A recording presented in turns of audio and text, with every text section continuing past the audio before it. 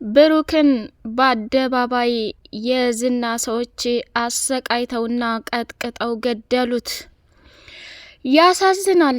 የዝና የክፋትና የመጥፎነት ጥግ እዚህ ድረስ የተሞላ መሆኑንም አረጋግጠናል። መድብል የብሩኬ ወንድሙ ገባበት ቦታ ላይ በጣም ተጨናንቆ የሚሆነው ግራ ገብቶት ወይኔ ወንድሜ እኔ በህይወት እያለሁ ማንም ሊነካህና ማንም ሊጫወትብህ አይችልም ብሎ ቤቱን ለቆ ፍለጋ ቢጀምርም ቅድስት ደግሞ የብሩኬ መጥፋት ጀምሮ ሰላምና ደስታዋን ነስቷት ነበር። ትንሽ ጊዜ ባሳለፉት ፍቅር በትውስታ ራሷን በጸጸት እየጎዳችና ደምን ባያነባች ትገኛለች። መድብልም ደግሞ ቅድስት ምሳሌን አደራ ትምህርት ቤትም እንዳትሄድ ለትምህርት ቤቱ ርዕሰ መምህር እኔ ሄጄ አስፈቅድላታለሁኝ። አንቺ በሩንም ሳትከፍቺ እዚሁ ተቀመጡ፣ ችግር ካለ ለፖሊስ ማሳወቅ አለብሽ። እኔ ወንድሜን የገደሉትን ገድዬ ወይ በህይወት እመለሳለሁ ወይ ሙቼ እመለሳለሁ። ብሩክን በፍጹም ሳሊዝ ወደዚህ ቤት አልመጣም ብሎ ተሰናብቷት ሄደ። እሷም የምትገባባት ቦታ ላይ ግራ ጠፍቷት ከኋላ ተከትላ መድብልን ፍለጋ ሲያደርግ ቀወጠችው። መጨረሻ ላይ መድብል በደረሰው መረጃ መሰረት የዝና ሰዎች እያሰቃዩት መሆኑን ስለሰማ እዛ ቦታ ላይ ሲሄድ ወንድሙን እንግዲህ በአደባባይ ቁጭ አድርገው በገመድ ተብትበው እንዳለ በቃ ፍልጥልጥ ቁርጥርጥ አድርገው አሰቃይተውታል። እሱም ሲያየው በድንጋጤ ፍዝዝ አለና ቅድስትም ከጀርባ ሁና በፈጠራችሁ በወንድ ልጅ አምላክ ይሆንባችሁ እያለች እየተማጸነች ስትለምናቸው፣ ስሚ አንቺ እኛ ሴት ልጅ አንድ ቀንም አግተንም ሆነ አሰቃይተን አናቅም። ባንቺ እንዳንጀምረው ከዚህ ቤት በሰላም ተወጫለሽ ወይስ አንቺንም ሲጣርገን እንድፋሽ ብለው ሲሏት ዘወር ሲል የብሩኬ ወንድም መድብል ከኋላ ቅድስት ተከትለዋለች። ቅድስት ለምንድነው ስህተት የምትሰሪው? እኔ ምሳሌን ጠብቂ ብያድል እንደ የመጣሁት ለምን ተከትለሽ ይመጣሽ ብሎ ቀወጠ። እንደ መድብል ምን ሆነሃል? የጠፋው እኮ ብሩኬ ነው። አልቻልኩም። እቤት እንዴት ብዬ ባዶ ቤት እችለዋለሁኝ? ምሳሌስ አሁን የት ናት? ከዳጣ ጋር ናት። ምንም አትሆንም። ዳጣን ወደ አክስቷ ቤቱ ሰጅ ብያታለሁኝ። እኔ እኮ ቤት መቻል አልቻልኩም። ተጎዳሁ፣ ባሳሞትኩኝ። በቃ የተፈጠረውን ነገር እንደዚህ ባይኔ እያየሁ መጽናናት አለብኝ ብላ መልስ ስትሰጠው በጣም ተናዶባት ነበር፣ ለቅድስት ማለት ነው። ቅድስት እንግዲህ ብሩኬን አታ መኖር እንደማትችል እጅግ በጣም መልካም ሰውና ለሰው ክብር ያለው ሰው ነው ብላ እያደናነቀችው ነበረ። በጣም ያሳዝናል። የዝናና የማህሌት መጨረሻ እንደዚህ አድርገው ብሩኬን አሰቃይተውታል ማለት ነው። ልጁን ለማሳከም አደንዛዥ መድኃኒት ወደ ውጭ ሀገር ይዘህ ትሄዳለህ በሚለው ተስማምቶ ነበር የገባበትና እሱ ግን መድኃኒቱን ቆሻሻ ገንዳ ጥሎ ብሩን ተቀብሎ ልጁን አሳክሞ ስለተመለሰ እጣ ፈንታው ስቃይና መከራ ሆነ። ቅድስትም በተደጋጋሚ ጋሽ እንኳን አሁን ምሳሌ ተሽሏት አይደልን በዛ በስቃይና በመከራ አንድም ቀን ልጁን ተለይቶ የማያድር ሰውዬ ምን ገጥሞት ነው እያለች ባዶ ቤት እያለቃቀሰች ሳለ ቅድስት ምን ሆነሽ ነው የምታለቅሽው? ምን ተፈጥሮ ነው ብላ ምሳሌ ስትጠይቃት ቤተሰቦቼ ናፍቀውኝ ነው፣ እነሱ ናፍቀውኝ ነው እና አሁንም ጋሼ ከሄደበት አልመጣም፣ ሂጄ ማየት ስለፈለግኩኝ ነው ብላ አለቻት። እንዴ ታዲያ ሄደሽ አታይም እንዴ? ምን ችግር አለው ብላ ስትል ቤቱን አንቺን ለማን ጥዬ ነው የምሄደው? ጋሼ ሲመጣ እሄዳለሁኝ ብላ አለቻት። እንደውም እሺ በቃ እንደዛ ከሆነ አብረን እንሄዳለን ብላ ስትላት ምሳሌ ብላ ደነገጠኝ። ቅድስት ለካ አሞሽ ነበር ተሽሎሻል፣ በቃ እንሄዳለን ጋሼ ይምጣና ብላ አለቻት። ቅድስት ከምንም በላይ እዛ ቤት ከብሩክ የመጥፋት በላይ የምሳሌ ጥያቄ ስልችት ምርር ብሏት የምትመልስላት ውሸት እንጂ ትክክል እንዳልሆነ እያየን እንገኛለን። ሰላም ሰላም ሰላም! ውድ የተከበራችሁ የሌይላ ኤንድ የመሐመድ ቤተሰቦች እጅግ በጣም ተወዳጅና ልብ አንጠልጣዩ የሆነው የምሳሌ ድራማ እንደቀጠለ ይገኛል። ቻናሉን ላይክ፣ ሰብስክራይብ እያደረጋችሁ አበረታቱን የኔ ወዶች። ምሳሌ ድራማ እጅግ በጣም ተወዳጅነትንና አስተማሪነትን ቤተሰባዊንም ጭምር ድራማ የሚያስተምር ነው።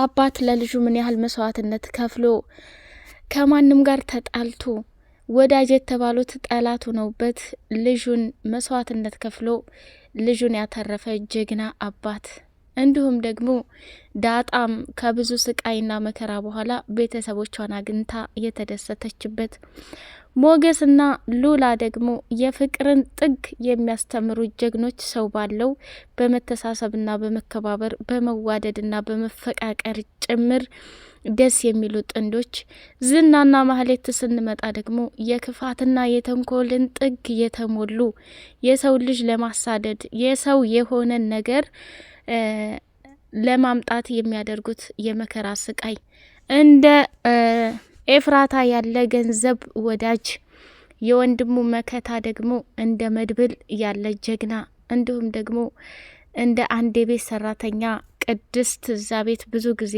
ብታሳልፍም ምሳሌን እኔ እኮ ነኝ ያሳደግኩሽ እናትሽ ብትወልድም ብላ እንደ አንድ ቤተሰባዊ አባል ስትጨነቅና መከራዋን ስታይ አይተናል። ይሄ ሁሉ ራሱን የቻለ ያስተምራል ማለት ነው። እንግዲህ ዳጣም ከሞገስ ጋር ተገናኝታ ስለ ቤተሰቦቿ ፍቅርና እንዲሁም ደግሞ ስለ ቤተሰቦቿ አገኝታ እየተደሰተችበት ያለውን ጊዜ አሁን ላይ በጣም ደስተኛ እንደሆነች እየነገረችው ነበር። ሞገስም ደግሞ ዝም አትበይ ዳጣ፣ አባትሽ ምርመራውን አድርጎ ከማን እንደወለደሽና እናትሽ ማን እንደሆነች የትም ገብቶ ማምጣት እንዳለበት እንዳትፋቸው እያላት ነበረ። እንዲሁም እሷም ስለ እህቶቿ ፍቅር፣ ስለ ውሃ የዋህነትና የእህትነትን ጥግ በማገኘቷ እጅግ በጣም ደስ ብሏታል። እንዲሁም ደግሞ ማርታንም ጭምር ለልጆቿ ያላት የፍቅር ስሜት የእናትነትን ጥግ እያየች በሰላምዬም ላይ የነበራትን አስተያየት ለሞገስ ስታካፍለው ነበር። እሱም ደግሞ በጣም እድለኛ እኮ ነሽ ዳጣዬ፣ አባትሽ መኪና አለው፣ ቤት አለው፣ ጽድት ያለ ነገር ብዙ ነገር ያለው ይመስላል። አየህ ሞገስ፣ እኔ ስለ ሀብቱ አንድ ቀንም ያምራል አያምርም፣ ጥሩ ነው አይደለም ብዬም አይቼም አላቅም። እስካሁን ድረስ ለእኔ በደስታ የተሞላሁት የቤተሰብ ፍቅር፣ የእናቴ አባት ፍቅር፣ በዛ ላይ ደግሞ እናትና አባቴ ማን እንደሆኑ ሳረጋግጥ አስበዋል፣ እነሱ እህቶቼ ናቸው የሚለው ስሜቴ ስላለብኝ ብቻ በደስታ ነው የተሞላሁት እያለች አለችው። ሉላ ለሞገስ ስለ ዝና አንዳንድ ነገር እያለችው ነበር። ዝና የሚሰራው ስራ እጅግ በጣም ወንጀልና አደገኛ ሰዎች ጋር እንደሚሰራ ስትነግረው ነበር። እንደውም ከማህሌት ጋር እኮ የሚሰራው ትንሹ ነገር ነው። ዝና ማለት ያን ሁሉ ሀብትና ንብረት ያካበተው የአባቱ ውርስ ብቻም ሳይሆን የሚሰራው ወንጀል በጣም አደገኛ ነውና ብሩኬን አሽሾ ወይንም አግቶ እያሰቃየውና ስቃይ እያበላው ያለው የዝና ሰው ብቻና ብቻ ነው። ምክንያቱም ብሩክ ወደ ውጭ ሀገር ልጁን ለማሳከም ገንዘብ እንደሚያስፈልገው ቤት ሽጦ መኪና ሽጦ ከሀገር ወጥቶ ልጁን ለማሳከም እንደሚፈልግ በሰዓቱ ያሳወቀችው ማህሌት ጋር አብሮ ስለነበረ እንግዲህ ከማህሌት ጋር የጠነሰሱት ከባድ ስራ በብሩኬ ላይ እንደዚህ የሚያደርጉት እነሱ ብቻና ብቻ ናቸው ብላ እርግጠኛ ሆና ለሞገስ ነገረችው። ሉላ ታዲያ ይሄ ምን ይጠቀማል? እንዴት ዝና ይህንን አደንዛዥ እጽ ሊሰራ ይችላል? እሱ ብቻም ሳይሆን በጀርባው በጣም ብዙ ሰዎች አሉ ይህን ስራ አብረው የሚሰሩ እና ለዛ ነው። ስለዚህ ብሩኬ ምንም አይሆን አይሞትም፣ ግፋቢል ቢሰቃይ ነው። አሁን ደግሞ አንተ አትጨነቅ፣ ወንድሙ መድብል መጥቶለታል። መድብል ማለት ከብሩኬ የበለጠ እጅግ በጣም ጠንካራና ጎበዝ ልጅ ነው። ያለ ወንድሙ ያላቸው ፍቅር በጣም ደስ ይላል። ስለዚህ ወንድሙ ገባበት ገብቶ ያመጣዋል። አንተ አትጨናነቅ፣ እፈልጋለሁኝ ምን አደርጋለሁ ብለህ ስትል ሞገስ ዝና ያገኘህ እንደሆን ይደፋሃል። እኔ ደግሞ ያላንተ መኖር አልችልም፣ ወደ ዝና ተመልሼ ከሚሄድ ሞቴን እመርጣለሁኝ ብላ በተደጋጋሚ ዝና ዘንድ የመሄድ አላማ እንደሌላትና በፍጹም እሱን ማየት እንደማትፈልግ ለሞገስ አስጠንቅቀዋለች። ራሱንም እንዲጠብቅ እስከ መቼ ድረስ ሉላዬ እዚህ ቤት ታፍነን በቃ ሁልጊዜ የውጭ ምግብ ፀሐዋ እንደናፈቀች ሰው እንደናፈቀሽ እስረኛ ሆነን ቀረን እኮ ይህም ቀን ያልፋል። ሁሉም ነገር አልፎ ዝናም ወንጀሉ ተጋልጦ የእጁን አገኝቶ እኔ እናንተም በነጻነት ወተን ገብተን እንደ ማንኛውም ሰው ደስተኞች ሆነን እንኖራለን ብላ አጽናናቸው ማለት ነው።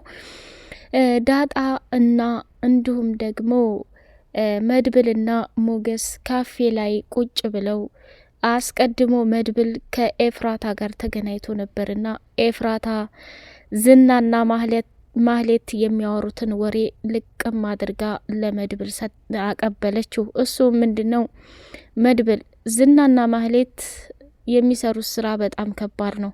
ብሩክን እዚህ ችግርና አደገኛ ወንጀል እንዲገባ ያደረገው ዝና ነው። በሰዓቱ አደንዛዥ እጽ እሱ ወደ ውጭ ሀገር ይዞ እንዲሄድና የልጁ መታከሚያ እንዲሸፈንለት ቃል ተገቡ በኋላ ያንንም ነገር ሳያደርግ መድኃኒቱን ቆሻሻ ገንዳ ላይ ትቶ እሱ ልጁን አሳክሞ መጣ። ይህንን ያደረገው ደግሞ ዝና ብቻና ብቻ ነው ብላለች ማህሌት።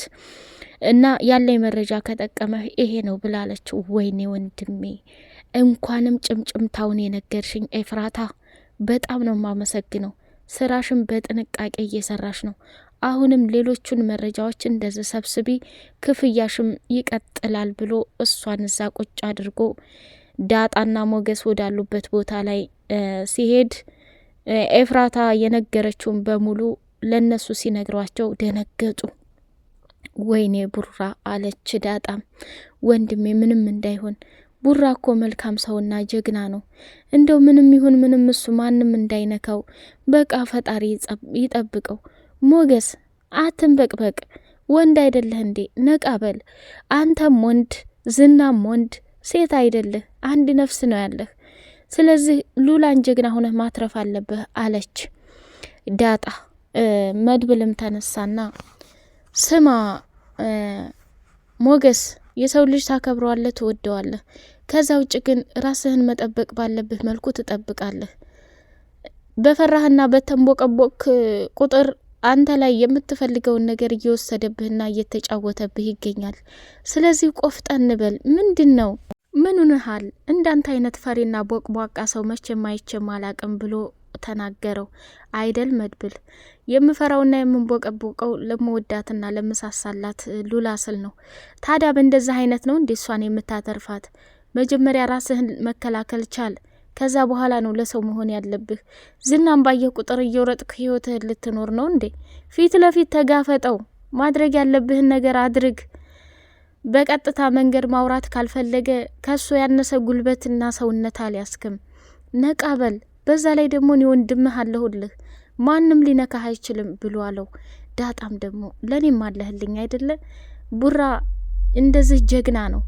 ሞጌ ጀግንነት ከቡራና ከመድብል ተማር እና አንተም አትፍራ። እንዴ ምን ሆነሃል? እኔ ለራሱ አልፈራውም፣ መኖር ስለምፈልግ ነው እንጂ እያለች ማለት ጀመረች ማለት ነው። መድብል እንግዲህ ለአንዴና ለመጨረሻ ቡራን ሊፈልግ ወጥቷል ማለት ነው። ውድ የሌላ የቤተሰቦች ቻናሉን ላይክ፣ ሰብስክራይብ እያደረጋችሁ አበረታቱን። በቀጣዩ ፓርት እጅግ በጣም በጉጉት ብሩኬም ተመልሶ የምንገናኝ ይሆናል ማለት ነው። ላይክ እያደረጋችሁ ማለት ነው። በቀጣዩ ፓርት እስከምንገናኝ አሰላሙ አሌይኩም ወራህመቱላሂ ወበረካቱሁ።